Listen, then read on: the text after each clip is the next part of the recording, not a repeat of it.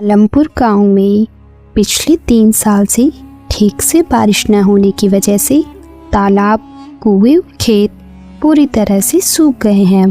खेतों में पानी न मिलने की वजह से ज़मीन पूरी तरीके से सूख गई है और उस गांव के केवल एक ही कुएं में पानी है और वो कुआं भी सरपंच की ज़मीन पर है। इसलिए गांव वालों को पीने के पानी के लिए सरपंच को पैसे देकर पीने का पानी खरीदना पड़ता है या फिर गांव की औरतें गांव से 5 मील दूर जाकर नदी से पानी भरकर लाती है। बहुत थक गई हूँ और अभी तो 2 मील और चलना है। मैं इतना दूर तक कैसे चल पाऊंगी? बहुत थक गई हूँ। हम भी क्या कर सकते हैं, हमारा यही नसीब है। यहाँ 3 साल से बारिश नहीं हुई है। गर्मी की वजह से सारी फसल जल गई है। 5 मील दूर से हमें पानी लेने आना पड़ता है। हम पता नहीं आगे कैसे जिंदा रहेंगे। मैं तो सोच रही हूँ ये गांव छोड़कर कहीं और चली जाऊं। अरे ये क्या हो रहा है? मुझे अब और नहीं चला जा रहा है। मुझे बहुत जोर से चक्कर आ रहे हैं। फिर लता थोड़ा आगे चलते ही गिर जाती है और गर्मी की वजह से बेहोश हो जाती है। अरे क्या हुआ लता बहन, उठो ना। अरे सुनो सावित्री बहन, लता के ऊपर थोड़ा पानी डालो। हे भगवान, थोड़ी तो दया करो हमारे ऊपर। पूरा गांव सूख गया है, पूरी फसलें बर्बाद हो रही है। दया करो भगवान, हमारे ऊपर थोड़ी दया करो। देव जल्दी घर चलो, जल्दी घर चलो देव। तुम्हारी पत्नी नदी से पानी लाते वक्त गर्मी की वजह से रास्ते में चक्कर खाकर गिर गई है। जल्दी घर चलो। डॉक्टर साहब भी आए हैं, जल्दी चलो, कुछ समझ नहीं आ रहा है। फिर वो दोनों जल्दी से देव के यहाँ जाते हैं। अरे क्या हुआ डॉक्टर साहब लता को? कुछ नहीं, धूप में इतना दूर से पानी लाने की वजह से चक्कर आ गए थे और थोड़ा बुखार भी है। अभी हालांकि मैंने दवाई दे दी है, थोड़ी देर में इन्हें होश आ जाएगा। तभी वहाँ देव और रमेश भी आ जाते हैं। डॉक्टर साहब क्या हुआ है मेरी पत्नी को? क्या होगा आखिर तुम्हारी पत्नी को?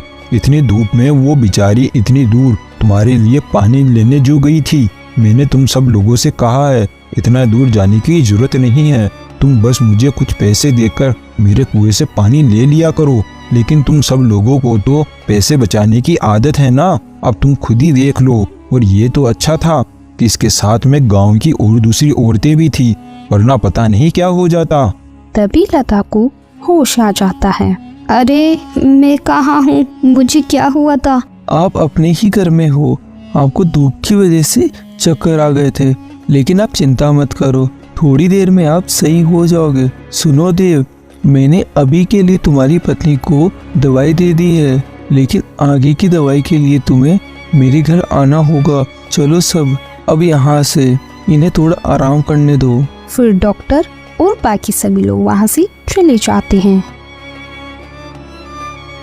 सुनो, अब मैं सोच रहा हूँ कि तुम्हारी तबीयत भी सही नहीं है, इसलिए अपन सरपंच के यहीं से पानी खरीदकर पी लिया करेंगे। अपनी आमदनी पहले ही ज्यादा नहीं होती और फिर अपन अपने बेटे को शहर में पैसे कैसे भेजेंगे?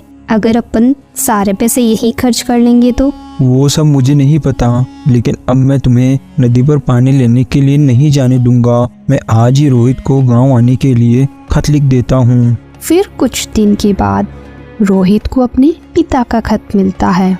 रोहित खत को पढ़कर उसी दिन गांव के लिए निकल जाता है और शाम तक अपने गांव पहुंच जाता है। अरे रोहित बेटा, आ गया तू? अरे बाहर आओ जल्दी, देखो अपना रोहित बेटा आ गया। आओ बेटा आओ। आ गया बेटा तू? जिस रास्ते में कोई परेशानी तो नहीं हुई ना? नहीं नहीं माँ, मुझे कोई परेशानी नहीं हुई। अब आपकी तबीयत कैसी है? बेटा हम दोनों भी बहुत अच्छे हैं। माँ पिताजी, आपको इतने दिनों बाद देखकर काफी अच्छा लग रहा है। बेटा हमें भी तुझे यहाँ देखकर बहुत अच्छा लग रहा है, लेकिन बेटा हमें माफ कर देना, अभी अपनी इतनी आमदनी नहीं हो रही है, इसलिए हमने तुझे बीच में ही पढ़ाई छुड़वाकर यहाँ बुला लिया है। और क्योंकि इस गांव में पानी की बहुत बड़ी समस्या है और अब तेरी माँ की तबीयत खराब भी है, इसलिए वो नदी पर पानी लेने के लिए नहीं जा सकती। तो पिताजी, आप इस समस्या को लेकर सरपंच के पास जाओ, वही इस समस्या का समाधान करेंगे।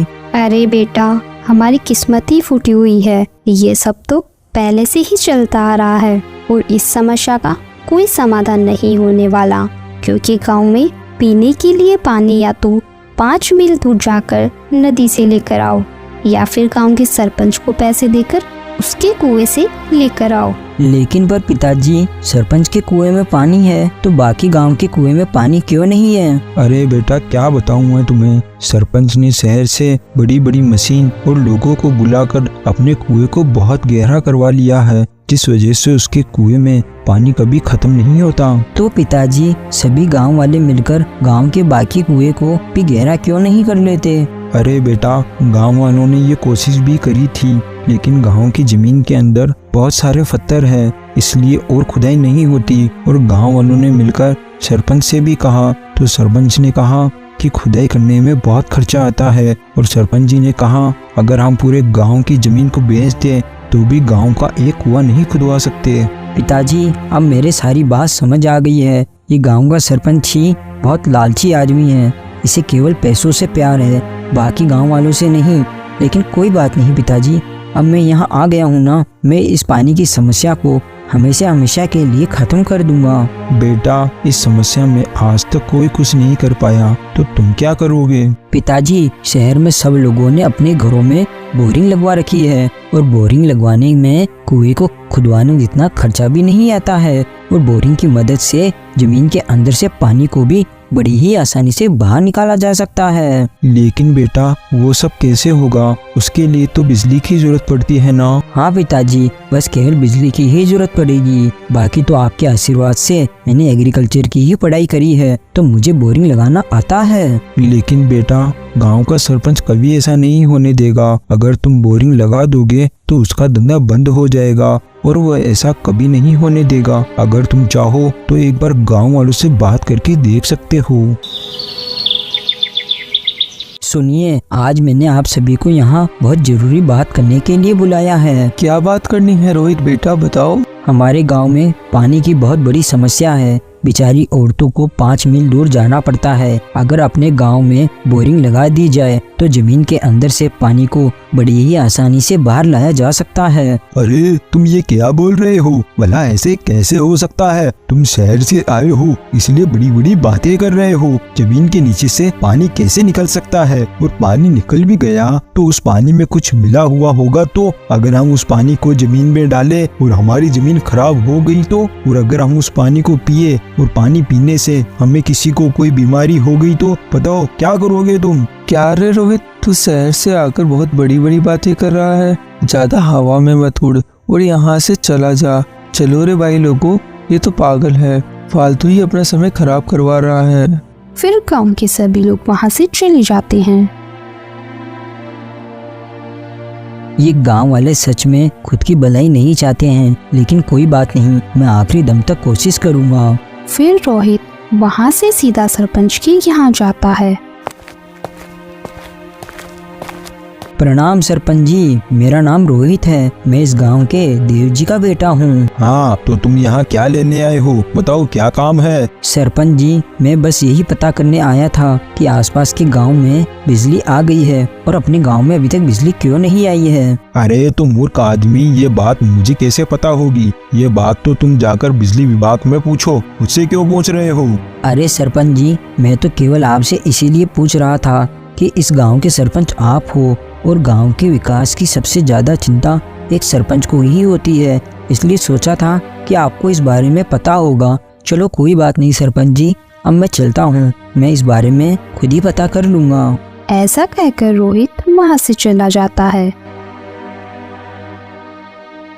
सब आसपास के गांव में बिजली आ गई है, लेकिन हमारे आलमपुर गांव में अभी तक बिजली क्यों नहीं आई है? क्या आप मुझे इस बारे में कुछ बता सकते हैं? हाँ रुको रुको, मैं अभी देखकर बताता हूँ। हाँ देखिए, क्योंकि हमारे गांव में बहुत ज्यादा अंधेरा रहता है। हाँ, मैंने देखा आपके गांव में बहुत जल्दी बिजली की लाइन आने वाली है और ऑर्डर तो आ गया है, और आपके गांव के सरपंच के पास उसका लेटर भी आ गया है। जैसे ही सरपंच जी उसके ऊपर साइन करेंगे, आपके गांव में बिजली की लाइन का काम शुरू हो जाएगा।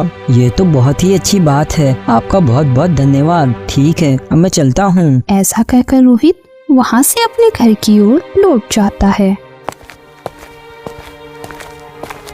पिताजी, आज मैं बिजली विभाग वालों के पास गया था। उन्होंने कहा कि सरपंच के साइन होते ही अपने गांव में बिजली के खंभे लगना शुरू हो जाएंगे। ये तो बहुत अच्छी बात है बेटा। मैं तुझे अपनी 5 बीघा जमीन बेचकर पैसे दे दूंगा और 1 बीघा जमीन पर तू बोरिंग लगा लेना। फिर कुछ ही दिनों में रोहित अपने खेत में बोरिंग लगवा देता है। ये देखकर गांव वाले काफी खुश होते हैं और ये बात जैसे ही सरपंच के पास जाती है तो वो बहुत परेशान हो जाता है। देव का बेटा तो बहुत ही तेज निकला। उसने तो आखिरकार अपने खेत में बोरिंग लगा ही डाली। गांव के लोग इस बात से काफी खुश हैं, पर बोरिंग चालू होने के बाद अपने कुएं से कोई भी पानी नहीं लेने आएगा। अरे तुम इस बात की बिल्कुल भी चिंता मत करो। यहाँ बिजली आएगी तो ही पानी आएगा ना। मैं ऐसे ही मेरा धंधा चौपट थोड़ी होने दूंगा। फिर सरपंच बिजली विभाग वालों के पास जाता है। देखो, हमें हमारे गांव में बिजली की कोई जरूरत नहीं है। लेकिन सरपंच जी, आप मना क्यों कर रहे हैं? आपके गांव में बिजली लगाने के लिए तो आगे से कब का ऑर्डर आ चुका है। अगर आप अपने गांव में बिजली लगाओगे तो आपके गांव में कभी भी अंधेरा नहीं रहेगा और आपके गांव की पानी की समस्या भी खत्म हो जाएगी। मैंने तुमसे कहा ना, मुझे मेरे गांव में बिजली की जरूरत नहीं है, क्योंकि बिजली के तारों में बहुत जोर से करंट आता है और उससे कई लोग मर जाते हैं और मैं मेरे गांव में ऐसे किसी को मरते हुए नहीं देख सकता। मुझे अपने गांव में कोई बिजली नहीं चाहिए। सरपंच जी, ऐसा हमेशा नहीं होता, लेकिन ठीक है सरपंच जी, जैसा आप चाहो। फिर ऐसे ही करीब 10 दिन बीत जाते हैं, लेकिन उस गांव में बिजली की लाइन नहीं आती। इस बारे में पता करने के लिए रोहित बिजली विभाग वालों के यहाँ जाता है। तो बिजली विभाग वाले उस सरपंच की सारी कही हुई बातें बता देते हैं।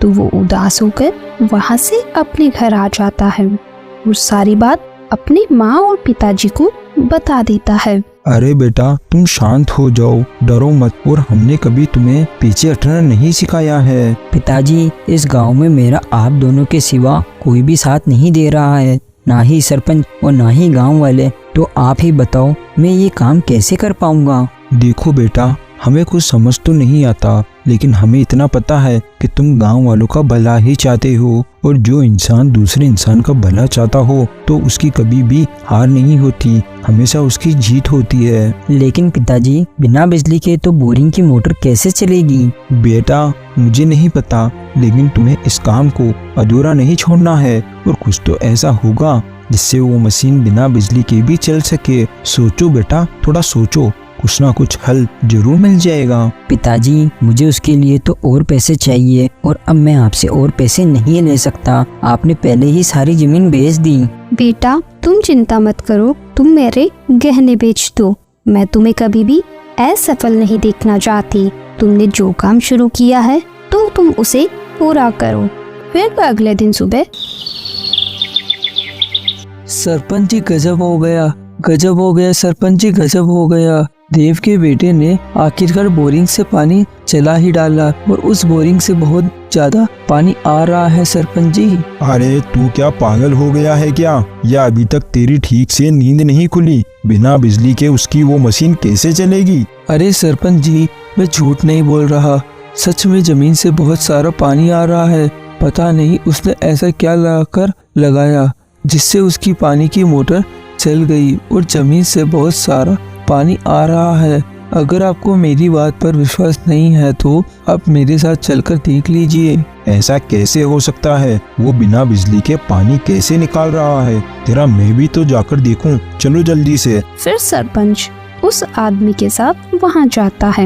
आइए आइए सरपंच जी, आपका यहाँ स्वागत है। बिजली नहीं आने पर भी तुमने हार नहीं मानी और सूरज की शक्ति से तुमने बिजली बना डाली। देखो सरपंच जी, अगर किसी के इरादे नेक होते हैं तो उपाय अपने आप ही निकल जाते हैं और मेरे इरादे भी बिल्कुल नेक थे, तो मुझे भी इसका हल मिल ही गया। तुम ये सब करके क्या साबित करना चाहते हो? क्या तुम गांव की सारी समस्या हल कर सकते हो? नहीं नहीं सरपंच जी, मैं गांव की सारी समस्याओं को हल नहीं कर सकता।